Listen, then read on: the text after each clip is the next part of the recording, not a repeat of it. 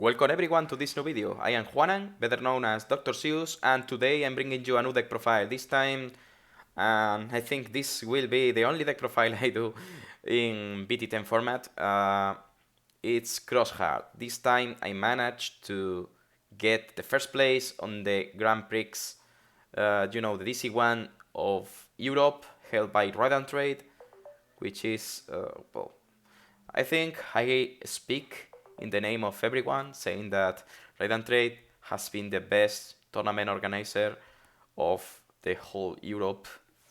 And well, first of all, congrats to Ride and Trade for its organization.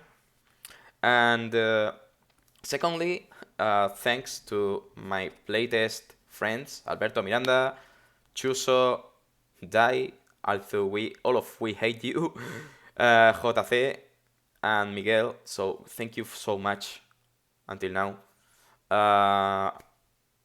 I decided to run into this event because I felt strong. I had pretty good results during the last online events. BT10 has also a good... It was a good format because I felt really sure about to play this deck, or Alphamon. I was really confused about to play Alphamon or Xros Heart, but lately I started breaking with Alphamon so hard, and my grandmother, well, the lore of this story is that during the previous weeks my grandmother suffered an accident and she got born with some injuries, so I couldn't playtest as much as I could require. So I spent the last 2 weeks taking care of her in her hometown. So my playtest time was heavily reduced. So I needed to work on my theories more than in practical test. In fact, while taking the decision, finally I asked her about her favorite color, black or red. So he told me red, so I decided to run Xros Heart. Also, my friends were really polarized between playing one deck or another because Mulligan was not allowed. And as I am a good Alphamon player and Alphamon is more consistent with that Mulligan that Xros Heart is, then most of them were recommending me to play Alphamon. I decided to change in the last hour because it started breaking really hard with Alphamon, and it seems like it worked. So, Xros Heart, best deck. I was about to play Alphamon. In fact, Utsu, the French player, was running Alphamon because of my decklist. As an example, he made some changes, but he get the 5th place. So I'm pretty happy for him, and it makes me feel like I would have had a good result anyways with Alphamon. So congrats, bro. GG. And this time, let's go to the deck profile. Xros Heart decks are pretty generic. There are almost no difference between two different deck lists because they are pretty standardized. They all run full playset of Pigmons. This Digitama is insane. It gives you draw power, draw one, whatever reason. It does not depend on the opponent. It only depends on you. So this DGX, it becomes insane and supports heavily the main play. The main game plan of the deck, which is rush with level 3s and level 4s to the security, and then in the mid to late game, kill the opponent by using the Xros Digimons. So that's why we are running full playset of each level 3. It's no... Basically, the only one that is bad is Sparrowmon because it has another additional effect. You always draw Sparrowmon in your first turn. It doesn't matter. You can even take the full playset out of the deck and you will continue drawing into Sparrowmon. That's the the additional effect it has. Then, of course, 4 copies of Ballistamon, level 4. It has blocker, but having blocker, it's like nothing. That this is because in the late game, on the mirror match, which is basically the most popular matchup you will have, uh, it will never block. You want your blockers in the late game when you are running out of securities, and in the late game is the moment when you die to Death Xmon. They play for 0 or for 2 cost, Death Xmon, they kill your blockers, and they proceed to OTK you. In the early game, you can block the rookies, Shoutmon and Starmons, but Sparrowmon is a 5k, so you can't block it. And if you do, Ballistamon dies, so you are losing your aggro, and you cannot afford that in this format. So Ballistamon is pretty mediocre as a blocker, and the Xros cards have piercing, so it's even worse. So Ballistamon feels like it is only good as a as a Cross piece, or to play it through Senjiro's effect. But we'll cover that later. Next is Dorulumon. Dorulumon is the opposite to Ballistamon. Dorulumon is basically the best card you should have, because it's basically the out, a native out to whatever your opponent has. You can delete the floodgates that are popular in this format, Psychemon, Solarmon, Chikurimon. You have a native way to deal with them. And you can also perform some combos like, the BT5 ones with Lord Nightmon of DP reduction. You get 3k from the Rulu, plus maybe some DP reduction from Sunrise Buster, and etc. And most players forgive about the inherit effect, that is a continuous effect. So it means that you can stack multiple Dorulumons in different Digimons. It's not a when attacking effect, it's a continuous effect. So you can just make your cross 4 or your cross 5 play and attack with low DP Digimons, and they will survive to most things. Really good card. Cross 4, it deserves the ban. It just deserves the ban because we don't have Mulligan in this event. We never do, but most players are pretty greedy with Digicross cards. Digicross Digimons, the Digicross mechanic, you don't need to wait to have the full Digicross to make a play. You should use Digicross as a way to memory choke your opponent as much as possible. So that means that Cross 4 is very versatile. Cross 4 and Cross 5 are pretty versatile in terms of memory choking. And that's the main strength of the deck. So yeah, of course, having Cross 4 at 1 cost or Cross 5 by 3 is pretty good to have, yeah, of course. But you want that in the late game. In order to have a late game, it is a requirement to survive until that point. And Cross 4 is really good because it's a level 4. That means that if you don't have your pieces, let's suppose you don't have tamers, you need to draw into them. Okay, or just to wait for your opponent to attack you. If he's playing maybe a stack deck just like Randisco Wamon or Alphamon, you won't enjoy your tamers because you won't survive the turn. So, a really interesting and common play I have been making all this time along is to, if I don't have blockers, Digiball Pigmons into Starmons, and then Starmons at 3 cost into Cross 4.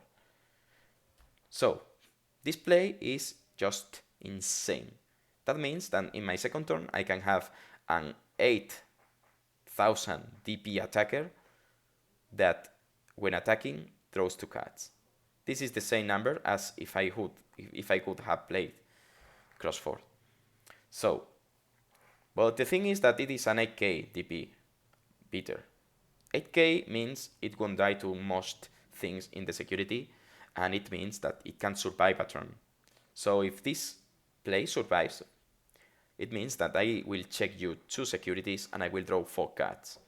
Considering I haven't lost card advantage by digivolving in the breeding area, I have 5 cards in my hand plus Cross 4 in the breeding area. Next turn, I promote Cross 4, attack, and get +2. And if it survives, I will attack again and get again +2. So this card advantage is insane, and it can just overcome and outplay whatever your opponent is doing. That's why Cross 4 is so dangerous on its own. It completely deserves the ban. And Cross 5, it's good, but it's not so good. I mean, it's good because you can have it for 0, check 2, and that's it. Having blocker in the late game, especially in the mirror match, is almost useless because you will die to Death X-Mon. And you often want Cross 5 to die in order to save their materials and continue with new Digi-Cross plays. That's why most times we make the Cross 5 at 2 costs without the Rulumon. We want Cross 5 to die, so we don't use the Rulumon under him. It will still continue having these 4 cards, but yeah, you can understand it. You won't have the security of your Digimons, of the opponent's Digimon reduced, so it has more chances to die. So, and if it dies, you get to save 3 materials and continue applying pressure. Otherwise, Shalmon Cross 5 is very versatile in terms of memory choking. You can have it at 0, 2, 4, 6, 8, or 10. And you can even Digivolve it at 4 cost. Pretty good card. Next, we have the removal department. Death X-Mon. Actually, most players, and this includes 90% of the player base in Spain, are complaining about Death X-Mon. The truth is that Death X-Mon is only good in the mirror match by dealing with the blockers. Let's suppose we are in turn 5 or 6.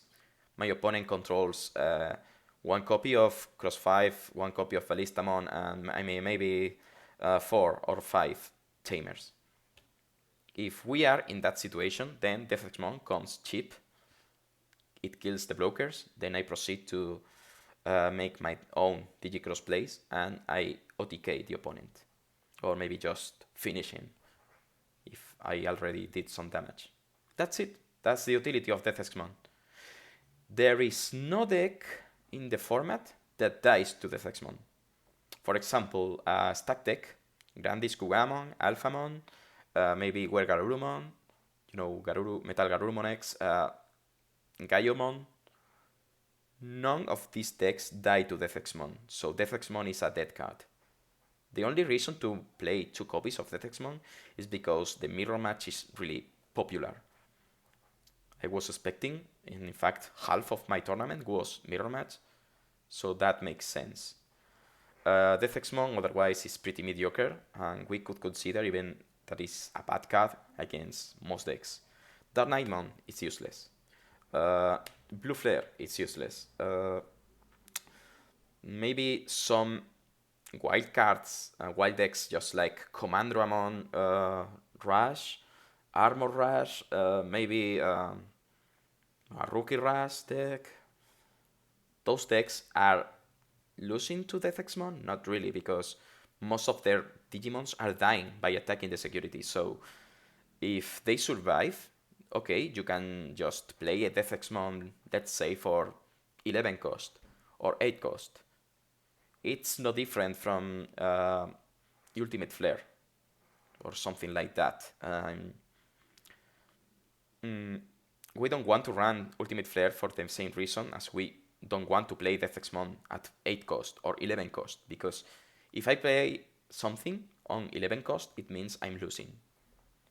There could be some situation when we're playing 11 is okay, maybe against a player that has overextended, has multiple Digimons on board, and then I can play Death X-Mon at 8 cost, and that magically resolves my problems. Yeah, it could happen, but not against the good players. That's why Death X-Mon is pretty mediocre. Once Xros Heart is not playable because of the ban list, Deathexmon will disappear for the format. So that's a fact. Otherwise, as the mirror match was popular, Deathexmon was an auto-include. But let's talk about the next card, Crimson Blaze. This card is insane. This card by itself gives you the win against Jesmon, Minervamon, Bloom Lordmon, and some random matchups, just like Bellstarmon, or maybe any purple deck running Nailbone and effects like that. Crimson Blaze is not affected by Solarmon or Psychemon or these kind of effects because it has memory cost and not play cost. So this ruling was really weird to me because the day I learned about this, I started playing 3 copies of Crimson Blaze like crazy. But it destroys the rogue decks. And it's really good in the mirror because sometimes you need a way to deal with multiple low-level Digimons in the mirror match, so Crimson Blaze was pretty good. It's only a bad card against maybe decks like Alphamon or Grandis, but it's not really horrible. You can still clean the board from cheap blockers or some rookies, searchers, and stuff. Next is Fireball. I only ran one copy of Fireball because drawing card effects tend to give you even more copies of the same card. So if I play Fireball, it's because I'm looking for something. And that something will never be another copy of Fireball. So if I need a Shoutmon and I draw another copy of Fireball, then I'm losing the game anyways. That's why Fireball is versatile, but not as good as it sounds. Next card is Sunrise Buster. This didn't deserve the hit on the ban list. Yeah, maybe you feel like, hey, I'm playing Metal Garurumon X, I lose to Sunrise Buster, please ban the card, it's so broken, blah blah blah. That's not right.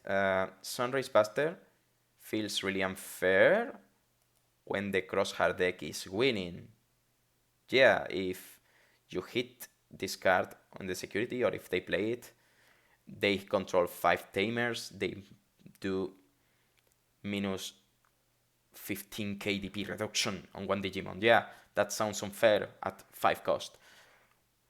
But most times you are having this card in security with not tamers to play in your hand, or by controlling not red or yellow tamers in the field. This card is pretty situational.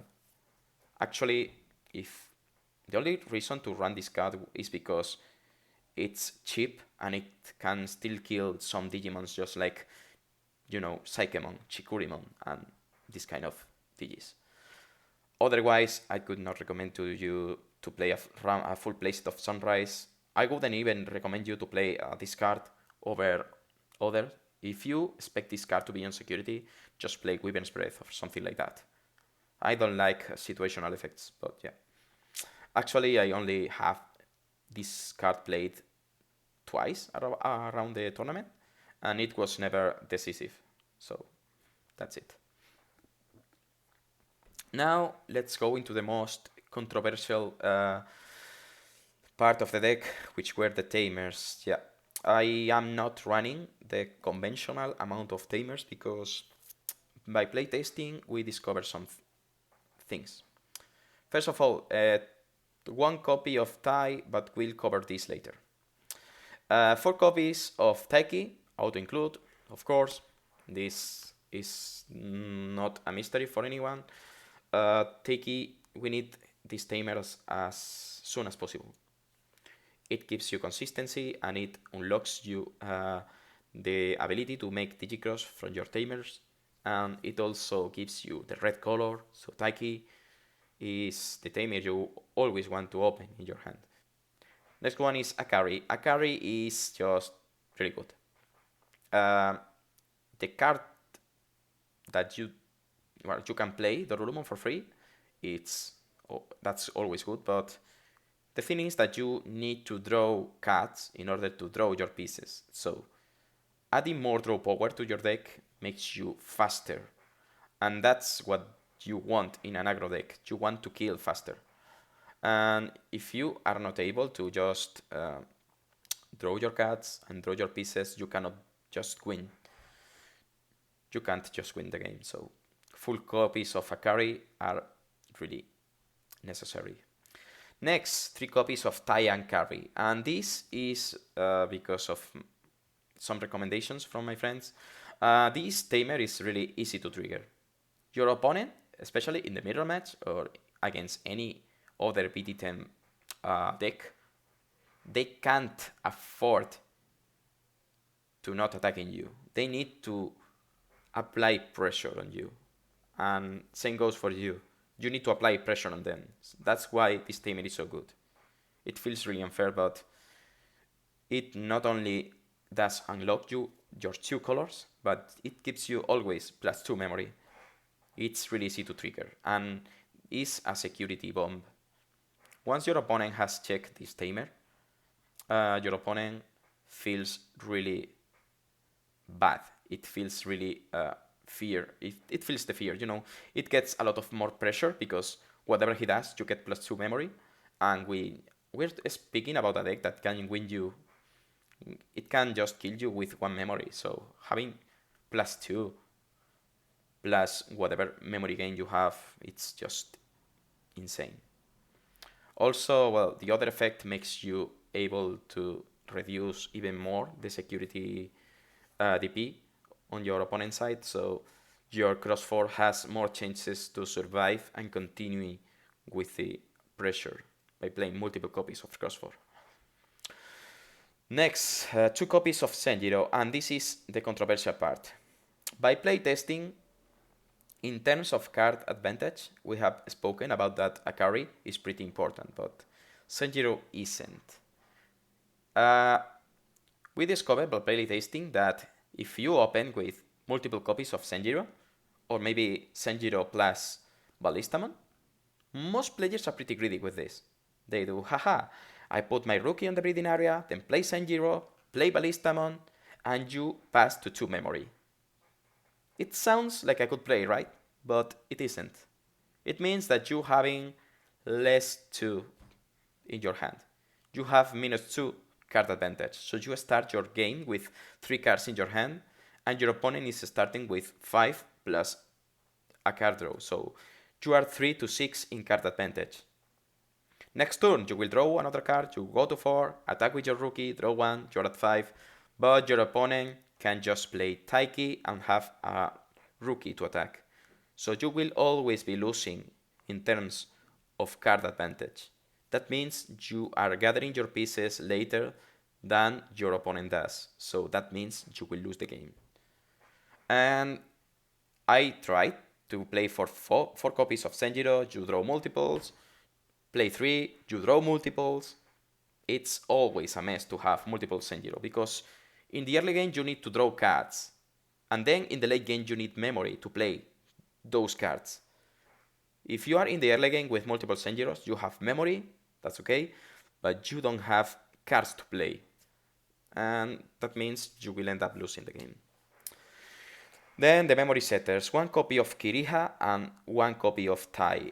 Tai on its own, it's only good against control decks. And the only reason to run Tai is because it is a red card, so you can just start with Sunrise Buster. Let's keep things clear. Sunrise Buster is really bad for the deck because it makes you lose some options. For example, ideally, I would like to run 2 copies of Kiriha. This way, Black War Greymon is not an issue because you have a tamer that is hard to kill and lets you make Digicross. But running Sunrise Buster comes with the cost of the need of play multiple red and yellow tamers. The main reason to run just 1 Kiriha was because I wanted to have at least 5 Digicross enabling tamers. That means that for each 10 cards on my deck, I could draw at least one overall. And that was true. I was almost always drawing or seeing Kiriha or Taiki in my security or my first hand. It worked really well with this ratio, but yeah, I could recommend to play just 2 copies of Kiriha. Tai was good. The security +1 effect came out against Mastemon round 1. I can't complain, but it felt like I could have won the game anyway because there was nothing in the security and I had a lot of card advantage because yeah, if you give more memory to this deck than what you should, this deck will just crush you.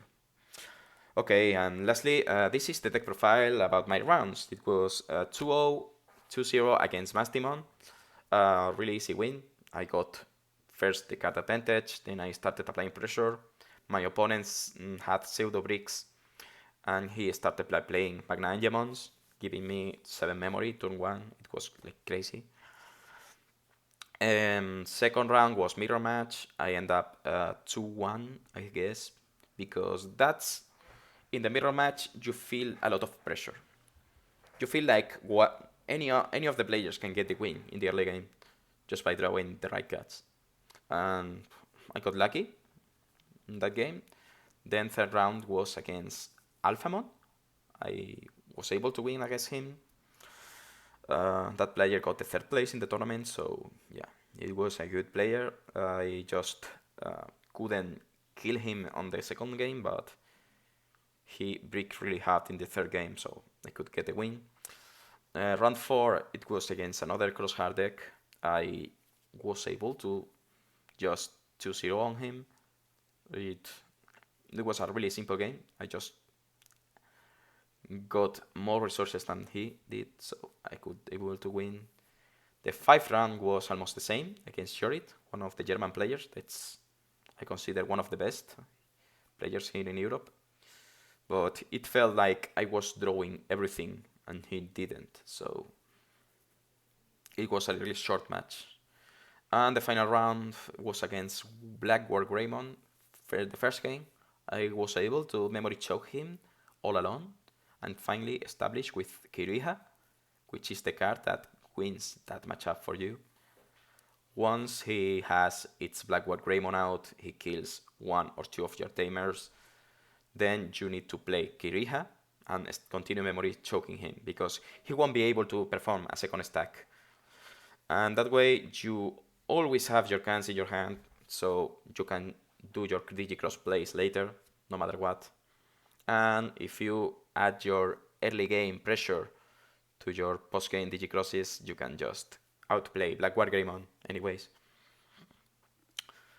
And the second game was really weird because my opponent, we didn't even notice because he needed by petition, by request of the judges, he needed to turn off one light. So we saw he illegally activated one red memory boost by controlling just one black Greymon in the breeding area.